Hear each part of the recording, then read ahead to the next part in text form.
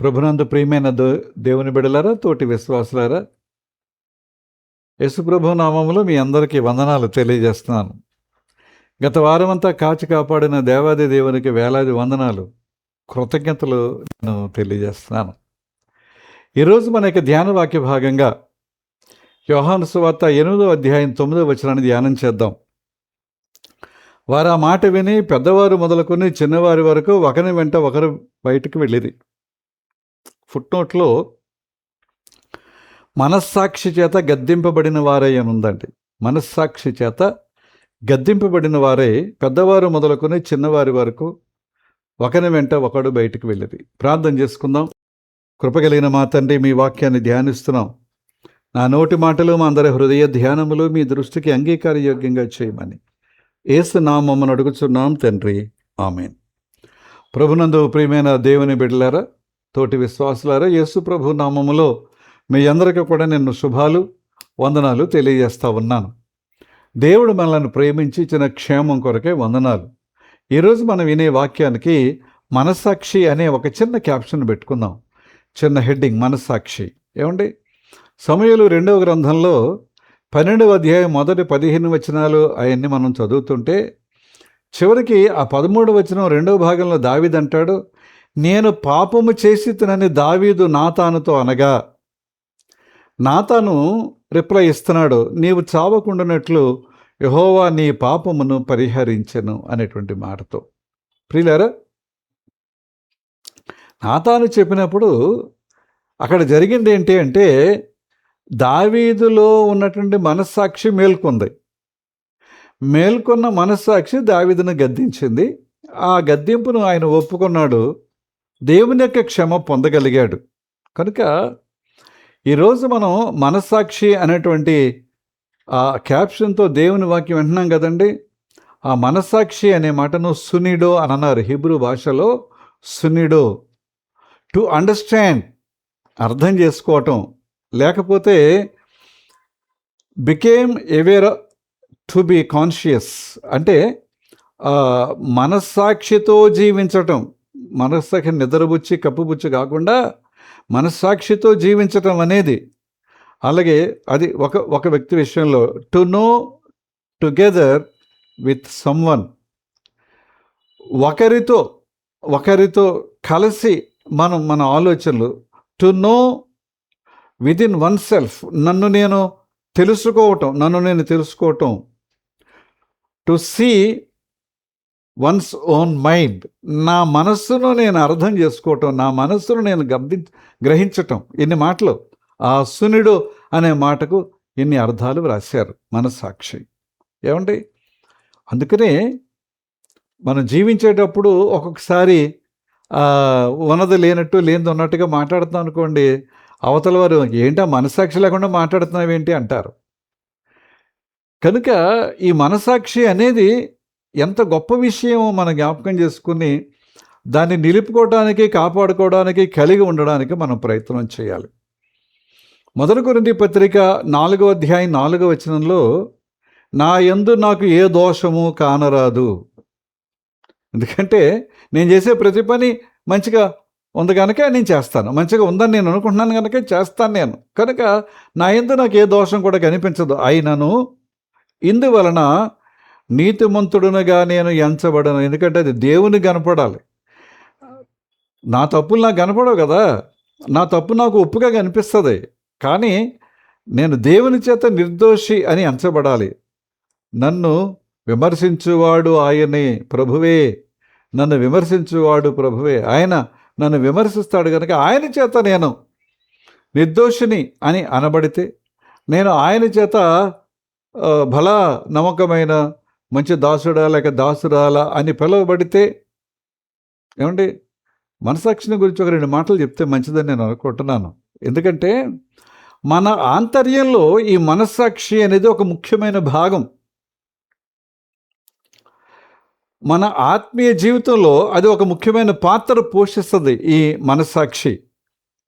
కానీ ఒక విషయం మర్చిపోద్దండి, మనస్సాక్షి ఒక వ్యక్తిని రక్షించలేదు. మనస్సాక్షి ఒక వ్యక్తిని యేసయ్య దగ్గరకు నడిపించలేదు, ప్రభువు దగ్గరకు నడిపించలేదు. ఏమండి? ఒక్కోసారి ఈ మనస్సాక్షి గుడ్డిదవుతుంది, దారి తప్పిపోయే పరిస్థితి, దారి తొలగిపోయేటువంటి పరిస్థితి మనకు కలుగు చేస్తుంది ఒక్కొక్కసారి ఈ మనస్సాక్షి. ఏంటి, కొన్నిసార్లు అది కుంటితనంగా, శక్తిహీనంగా ఉండి ఒక వ్యక్తిని పరలోకానికి నడిపించలేనంత దౌర్బల్యత ఆ మనస్సాక్షిలో కూడా మనం చూస్తాం. అయినా ఇవన్నీ కరెక్టే, కానీ అయినా మనస్సాక్షిని తృణీకరించవద్దు, దానిని అణిచిపెట్టే ప్రయత్నం చేయొద్దు. మనస్సాక్షిని తృణీకరించవద్దు, దానిని అణిచిపెట్టే ప్రయత్నం చేయవద్దు. ప్రభు ఈ మాటలు మనందరికీ తెలిసింది కదండి. యోహాను సువార్త 8వ అధ్యాయం 9వ వచనం, వాళ్ళందరూ ఒక అమ్మాయిని తీసుకొచ్చారు. అయ్యా, ఈవిడ పాపం చేసింది, రాళ్లతో కొట్టి చంపేయాలి, అదే శిక్ష, వేరే దానికి దారి లేదు అని అన్నప్పుడు ప్రభువు నేల మీద ఏదో రాస్తున్నారు. అది చదివిన వారు ఒక్కొక్కరు అక్కడ వారు ఆ మాట విని, మీలో పాపం లేనివాడు, పాపం చేయనివాడు ఆమె మీద మొదట ఒక రాయి వేయండి అని అన్నారు. వారు ఆ మాట విని పెద్దవారు మొదలుకొని చిన్నవారి వరకు, అంటే ఈ రాళ్ళేసి కొట్టే చంపే ప్రయత్నంలో చిన్నవాళ్ళు కూడా వచ్చారనమాట అండి. పెద్దవాళ్ళు వచ్చారంటే పోనీ ఆలోచన, చిన్నవాళ్ళకి ఏం పని, కానీ చిన్నవాళ్ళు కూడా వచ్చారనమాట. అంటే ఒక వ్యక్తిని తొలగించడం ఎంత తేలికైన పనో, తేలిగ్గా చూడటం ఎంత తేలికైన పనో ఆలోచన చేద్దాం. ఏమండి, పెద్దవారు మొదలుకొని చిన్నవారి వరకు ఒకరి వెంట ఒకరు బయటకు వెళ్ళిరే, యేసుప్రభు ఆ చెప్పిన మాటను బట్టి. కనుక ఇప్పుడు ప్రభువు అక్కడ నిలబడిన ఆమెతో నా మాట అంటే, నీవు వెళ్ళి ఇక నువ్వు పాపము చేయకుమని ఆమెతో చెప్పాను. అమ్మా, మీరు కూడా వెళ్ళండి, ఇక నువ్వు పాపం చేయొద్దు, నేను కూడా నీ మీద ఏ రాయి వేయను, శిక్షించను, వెళ్ళిక ముందు పాపం చేయకు, నువ్వు మారు మనసు పొందు అని గట్టిగా చెప్పారా ప్రభువారు. ఏమండి, ఆమె తన పాపము నుండి వెంటనే తొలగి ఇక ముందు పాపము చేయకుండా ఉండేటువంటి ఒక మంచి స్థితిని ఇవ్వటం ప్రభు యొక్క ఉద్దేశం. కనుక మారు మనసు అంటే పాపాన్ని విడిచిపెట్టి ఉండటమే నిజమైన మారు మనస్సుకు గుర్తు, రుజువు. పాపాన్ని విడిచిపెట్టి ఉండటమే. అనుకోవడం, ఏది మాట్లాడడం, ఒప్పుకోవడం, కోరుకోవడం, గ్రహించడం, నిరీక్షించడం, పరిష్కరించడం మించి మారు మనసు లేకపోతే అదే దేవుని అనుకుంటావు కొన్నిసార్లు. లేకపోతే చెప్పుకుంటా, అవేబే లేదండి, అలా కదండి, మారదాం అనుకుంటున్నానండి, మారిపోదాం అనుకుంటా, ఒప్పుకోవడం, కోరుకోవడం, ఇవన్నీ ఉపయోగం లేని పనులు. ఇవన్నీ ఉపయోగం. ఏమండి, అలాగని పదే పదే మారు మనస్సు పొందనవసరం లేదు. పదే మారు మనసు పొందనవలేదు. ఒకవేళ ఒక వ్యక్తి జీవితంలో పదే మారు మనసు పొందటం అనేది కనుక ఆలోచన చేస్తే అది అసలు నిజమైన మారు మనసే కాదనమాట అండి. ఎందుకంటే ఒక విషయంలో ఖచ్చితంగా నువ్వు మారు మనసు పొందిన తర్వాత ఇక మళ్ళీ నువ్వు ఎన్నటికీ దాని జోలికి వెళ్ళవు, ఇక నువ్వు ఎన్నటికీ దానిని ఆశ్రయించవు. అది మారు మనసు అంటే. మారు మనసు నీ మనస్సాక్షి నిన్ను గద్దిస్తున్నప్పుడు, నీ మనస్సాక్షి నీతో మాట్లాడుతున్నప్పుడు ఆ మాటకు నువ్వు విలువ ఇవ్వాలి, ఆ మాటకు నువ్వు జవాబు చెప్పగలగాలి. ఏమంటే కనుక ఒకవేళ పదే నువ్వు మారు మనసు పొందితే అందులో జీవం లేనట్టే కదా. ఒక వ్యక్తి అతని జీవితంలో ఉన్నటువంటి పాపం అతను అది తిరిగి చేయనంత వరకు అది మారు మనసు లేనట్టే. ఏమండి, యేసు రక్తము మాత్రమే మనస్సాక్షిని పవిత్రపరుస్తుంది, ఎవరి వల్ల కాదు. కనుక నన్ను నేను ముందు చూసుకోవడం నేర్చుకోవాలి. ఈ మనస్సాక్షి అనేది ఎలా పనిచేస్తుందంటే నాలో నన్ను నేను చూసుకునేటువంటి పరిస్థితిని కల్పిస్తుంది ఈ మనస్సాక్షి. యోబు గ్రంథం 9వ అధ్యాయం 20వ వచనం చూస్తే, నా వ్యాజ్యము న్యాయమైనను నా మాటలు నా మీద నేరము మోపును. నా వ్యాజ్యం కరెక్టే, కానీ కొన్నిసార్లు నేను మాటే నా మీద నేరం మోపుతుంది. నేను యథార్థవంతుడనైనను దోషి అని ఆయన నన్ను నిరూపించును. నేను యథార్థవంతుడే, కానీ దేవుని దగ్గరకు వచ్చేటప్పటికి నా యథార్థత, ఏమండి, నా భక్తి తేలిపోతుందేమో. దేవాని రాజా నిన్ను త్రాసులు వేసి చూస్తే నువ్వు తేలిపోయావు, మేనే టెకేల్ ఒఫార్సిన్ అని అన్నారు. కనుక మనం జాగ్రత్తగా ఉండాలి. ఏమండి 64వ కీర్తన 8వ వచనం చూస్తే, వారు కూలెదరు, వారు కూలుటకు వారి నాలుకే కారణము. కూలిపోతారు తప్పకుండా. కారణం ఏంటంటే వారి నాలుకే. వారిని చూచువారందరూ తలలు ఓహో ఓహో అని ఊపుతారటండి. మరి ఇలా జరగదేంటి? వారి మాటలే వారికి తీర్పు చెప్పాయని తలలు ఊచేటువంటి వారు ఉంటారు. కనుక నన్ను నేను చూసుకోవటం, మనస్సాక్షి నాలో చూసుకోవటం, ఏమంటే నన్ను నేను గ్రహించడం, నన్ను నేను అర్థం చేసుకోవటం. ఇన్ని పదాలు ప్రారంభంలో మీకు నేను చెప్పానండి. రోమపత్రిక 2వ అధ్యాయం 1వ వచనాన్ని మనం గమనిస్తే, కాబట్టి తీర్పు తీర్చు మనుష్యుడా, నీవెవడమైనను సరే నిరుత్తరుడవై ఉన్నావు. నువ్వు తీర్పు తీరుస్తున్నావు కరెక్టే. నువ్వు ఎవరివైతే నాకేంటి, అలాంటి వాడివైతే నాకేంటి, నువ్వు నిరుత్తరుడవు, ఏమీ లేనివాడవు, బట్టివాడవే. దేని విషయములో బయటవానికి నీవు తీర్పు తీర్చుచున్నావో దాని విషయములో నీవు నేరస్తుడవని తీర్పు తీర్చుకుంటున్నావు. నీకు నువ్వే తీర్పు తీర్చుకుంటున్నావు. ఎదురోడికి తీర్పు తీర్చడం కాదు, ఆ విషయంలో నువ్వు కూడా నేరస్తుడివని నీకు నువ్వుగా తీర్పు తీర్చుకుంటున్నావు. ఏలయనగా తీర్పు తీర్చు నీవును అట్టి కార్యములనే చేయుచున్నావు కదా. నువ్వు అయ్యే పనులు చేస్తున్నావు, అదే జీవితం జీవిస్తున్నావు, ఎదుటోడికేమో తీర్పు తీరుస్తున్నావు. అంటే ఆ తీర్పు నీకు కూడా చెందుతుంది. కనుక ఈ మనకు సాక్షిని మనం నిద్రపుచ్చొద్దు, కప్పిపెట్టొద్దు, మేల్కొల్పుదాం. మనసాక్షి నుంచి వచ్చేటువంటి ప్రతి హెచ్చరిక, ప్రతి గద్దింపును మనం ఒక్కసారి గ్రహించి గమనించి మన జీవితాలు దిద్దుకునే ప్రయత్నం మనం చేయాలి. ప్రియమైన దేవుని బిడ్డలారా, 32వ కీర్తన 3వ వచనాన్ని గమనిస్తే, నేను మౌననై ఉండగా దినమంతయు నేను చేసిన నా ఆర్తధ్వని వలన నా ఎముకలు క్షీణించినవి. నేను మౌననై ఉండగా నోరెప్పట్లేదు దేవుని దగ్గరికి వెళ్ళి, అయ్యా నా పాపం ఇది, నా తప్పిది, నా జీవితం ఇది, నా భ్రష్టత్వం ఇదని దేవునితో నేనేం చెప్పట్లా. నేను ఆయనకేం తెలియదులే, ఆయన ఏం చూడలే, ఇది బయటికి కనిపించేది ఏంటి, నా హృదయంలో ఉండేదే కదా అని నన్ను నేను సరిపెట్టుకుని నేను మౌనంగా దేవుని దగ్గర ఉంటే ఏమవుతుందంటే, నేను చేసిన నా ఆర్తధ్వని వలన నా ఎముకలు క్షీణించినవి. ఎముకలు గుల్లబారిపోతాయి. ఆస్టియోఫోరాసిస్ అని చెప్పారు చూసారా డాక్టర్లు. ఎముకలు గొల్లబారిపోతాయి. ఎందుకంటే అది నీలో మండుతుంది, కానీ నువ్వు దాన్ని అణిచిపెట్టావు, కప్పిపెట్టావు. ఒప్పుకోవడానికి నువ్వు సిద్ధంగా లేవు. 38వ కీర్తన 4వ వచనం, 38వ కీర్తన 4వ వచనం, నా దోషములు నా తల మీదుగా పొర్లినవి, నా దోషములు నా తల మీదుగా పొర్లిపోయినవి, నేను మోయలేని బరువు వలె అవి నా మీద మోపబడి ఉన్న. ఒకటా రెండా, ఒక రోజా 2 రోజులా, ప్రతిరోజు ఎన్నో వ్యతిరేకమైనటువంటి పనులు కార్యాలు జరిగిపోతూనే ఉన్నాయి నా ద్వారా. ప్రియమైన వారలారా, అందుచేత ఎలా ఒప్పుకోవాలి అంటే, ఎప్పుడైతే మనస్సాక్షి లేచిందో, నువ్వు నిద్రపుచ్చిన మనస్సాక్షి, నువ్వు కప్పెట్టిన మనస్సాక్షి ఎప్పుడైతే లేచిందో, ఒక గద్దింపు నీ హృదయంలోకి వచ్చిందో, 51వ కీర్తన 3వ వచనంలో అంటాడు, నా అతిక్రమములు నాకు తెలిసే ఉన్నవి, నా పాపం ఎల్లప్పుడూ నా ఎదుట ఉన్నది. తెలీదా? తెలియనట్టుగా, గ్రహించినట్టుగా, ఏమీ లేనట్టుగా నటిస్తాం. కానీ జాగ్రత్త, నా అతిక్రమములు నాకు తెలిసే ఉన్నవి, నా పాపం ఎల్లప్పుడూ నా ఎదుట ఉన్నది. మనం ముందే ఉంటాయండి, వాటిని మనం దాచలేం. కనుక పేతురు గారు ప్రసంగం చేస్తున్నారు.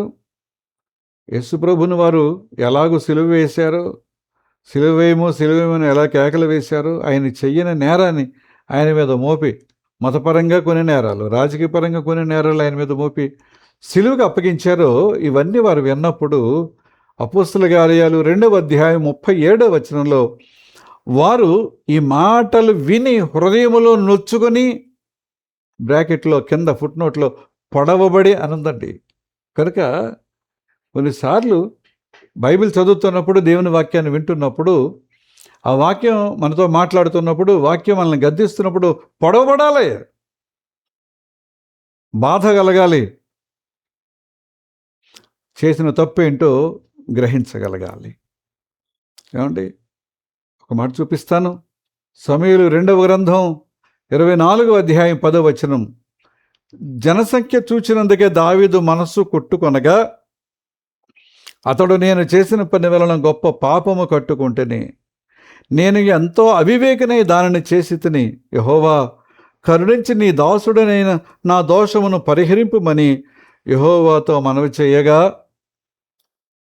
ఎందుకు జనాభా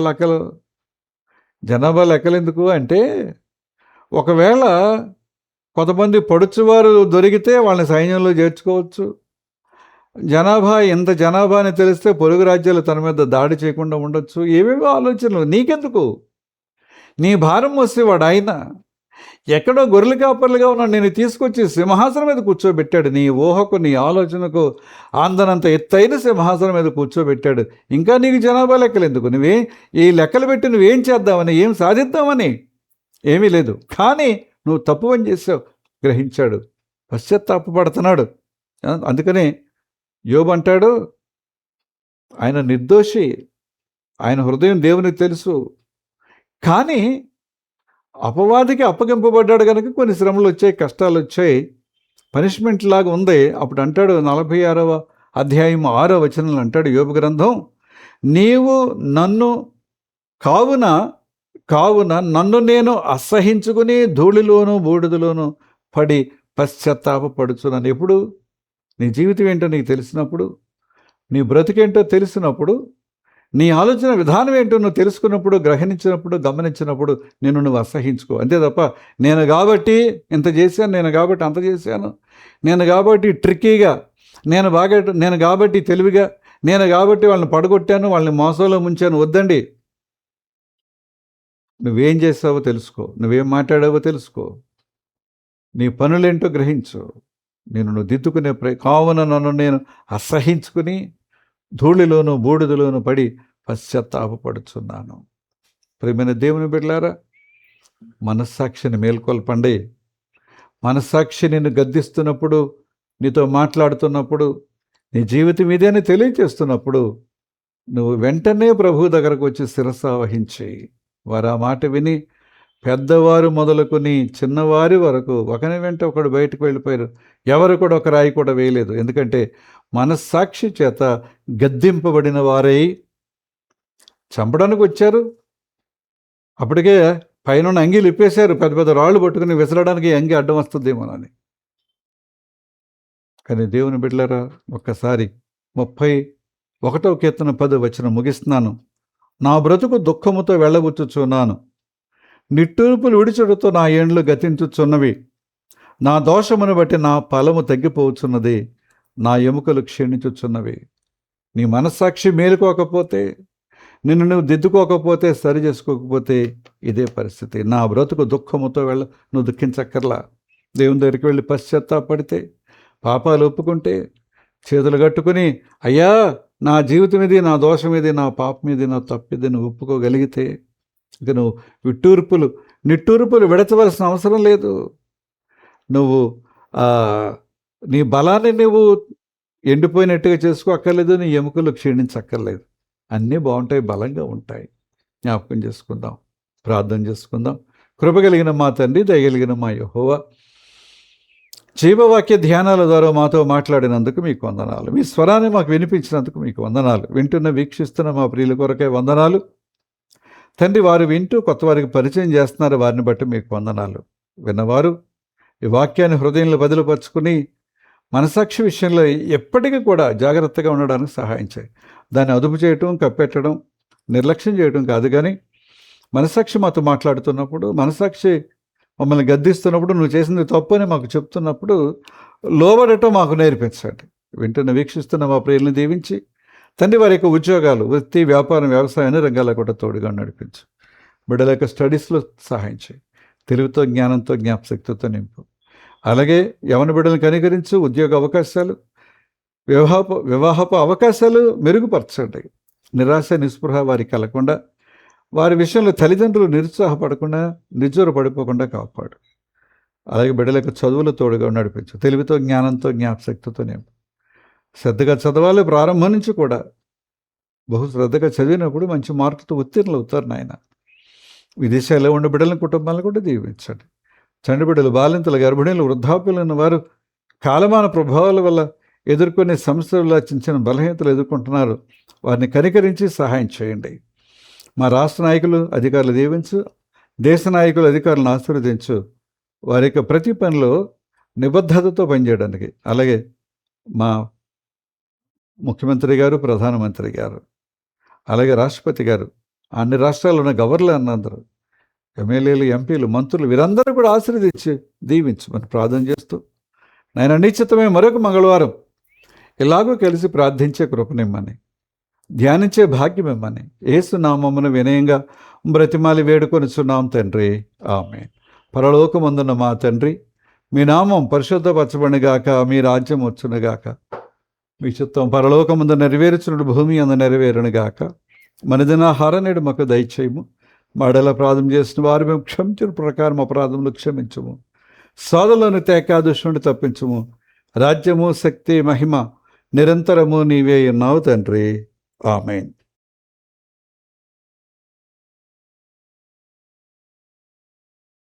మన తండ్రి అయిన దేవుని నుండి, ప్రభు అయిన క్రీస్తు నుండి, పరిశుద్ధాత్మ నుండి కృప సమాధానం మీకు కలుగును గాక. ఆమేన్. మరొక మంగళవారం కలుసుకుందాం. అంతవరకు సెలవు.